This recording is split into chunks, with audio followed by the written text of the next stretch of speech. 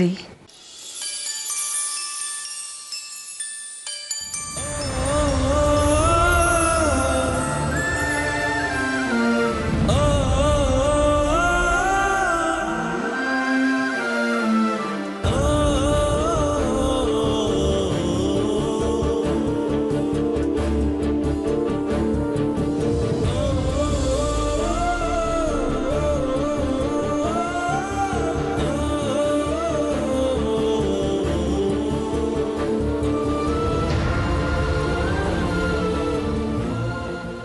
ಮಾಲ್ತಿ,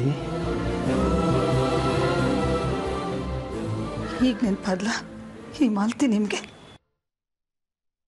ಹೇಗಿದೆಯಾ? ಉಸಿರಾಡ್ತಿದ್ದೀನಿ.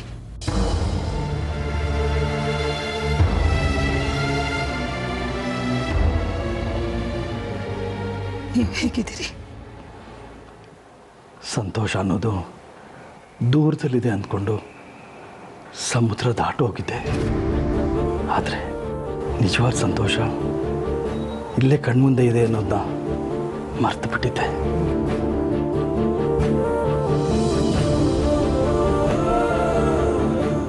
ಹೌದು ಮಾಲ್ತಿ,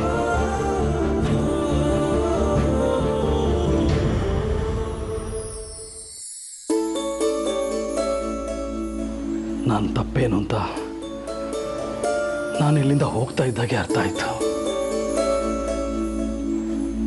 ಮತ್ತ್ಯಾಕೆ ಬರೋದಕ್ಕೆ ಇಷ್ಟು ತಡ ಮಾಡಿದ್ರಿ? ಬರಬೇಕು ಅಂತ ಅಂದ್ಕೊಂಡಿದ್ದೆ, ಆದರೆ ಆಗಲಿಲ್ಲ. ನೀವು ಹೋದ್ಮೇಲೆ ನಿಮಗೋಸ್ಕರ ಪ್ರತಿ ಕ್ಷಣ ಉಸಿರು ಬಿಗಿ ಹಿಡ್ಕೊಂಡು ಕಾಯ್ತಿದ್ದೆ ಗೊತ್ತಾ? ಸಾರಿ.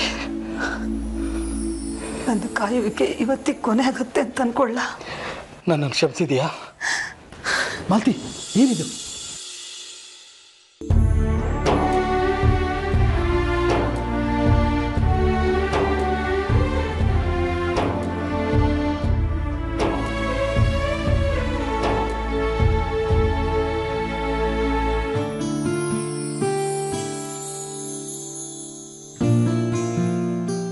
ಇದೇನು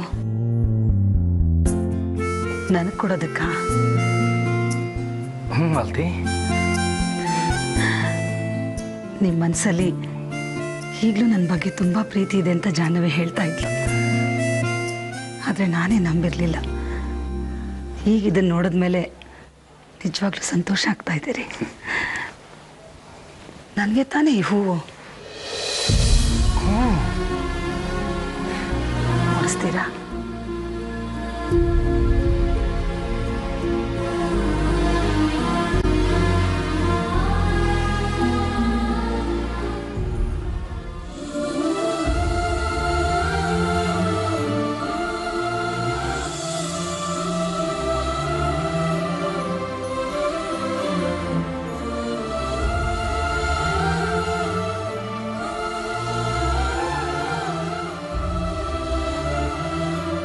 ಥ್ಯಾಂಕ್ಸ್ ಮಾಲ್ತಿ. ಯಾಕೆ? ನನಗೆ ಮಗುನ ಕೊಟ್ಟಿದ್ದಕ್ಕೆ, ಅವನಿಗೆ ನನಗಿಷ್ಟವಾದ ಶ್ರೀನಿಧಿ ಅಂತ ಹೆಸರಿಟ್ಟಿದ್ದಕ್ಕೆ. ನನ್ನಿಂದ ಹೋಗುವಾಗ ಸ್ವಾರ್ಥ ಅನ್ನೋದು ನನ್ನನ್ನು ಆವರಿಸ್ಕೊಂಡ್ಬಿಟ್ಟಿತ್ತು. ಎಷ್ಟು ನಿಷ್ಠೂರವಾಗಿ ಹೇಳಿಬಿಟ್ಟೆ ನಿನಗೆ, ಕಷ್ಟ ಆದರೆ ಮಗುನ ತೆಗೆಸ್ಬಿಡು ಅಂತ. ನೀವು ಹೇಳಿದ ಕೆಲಸ ನಾನು ಮಾಡಿದಿದ್ರೆ ಇವತ್ತು ಬರೀ ಶ್ರೀ ಮಾತ್ರ ಅಲ್ಲ, ನಾವ್ಯಾರೂ ಬದುಕಿರ್ತಿರ್ಲಿಲ್ಲ ರೀ. ಶ್ರೀನಿಧಿ ನಮ್ಮೆಲ್ರಿಗೂ ಒಂದು ಒಳ್ಳೆ ಕಾರಣ ಆಗ್ಬಿಟ್ಟ. ನನ್ನ ಬದುಕಿಗಂತೂ ನನ್ನ ಮಗ ಸಂಜೀವಿನಿ. ಜೀವ ಕೊಡೋ ಸಂಜೀವನನ ಜೀವ ತೆಗಿಯೋಕೆ ಹೇಳಿದ ಪಾಪಿ ನಾನು. ಅವನಿಗೂ ಈ ವಿಷಯ ಗೊತ್ತಾ? ಇಲ್ಲ. ಆದರೂ ನನ್ನ ಬಗ್ಗೆ ಅವನಿಗೆ ತಿರಸ್ಕಾರ. ಒಂದ್ಸಾರಿ ಅವನ ಜಾಗದಲ್ಲಿ ನಿಂತು ನೋಡಿದ್ದೀನಿ, ಅದಕ್ಕೆ ಆತಂಕ. ಶ್ರೀ ನನ್ನನ್ನು ಒಪ್ಕೋತಾನೋ ಇಲ್ವೋ? ಜಾಹ್ನವಿ ಇದ್ದಾಳಲ್ಲ, ಖಂಡಿತ ಒಪ್ಪಿಸ್ತಾಳೆ. ನನ್ನನ್ನು ಒಪ್ಪಿಸ್ದಾಗೆ. ತುಂಬ ಒಳ್ಳೆ ಹುಡುಗಿ ಅವಳು. ಅವಳು ನಂಬಿಕೆ ಧೈರ್ಯದಿಂದನೇ ನಾನು ಇಲ್ಲಿಗೆ ಬರುವಾಗಾಗಿದ್ದು.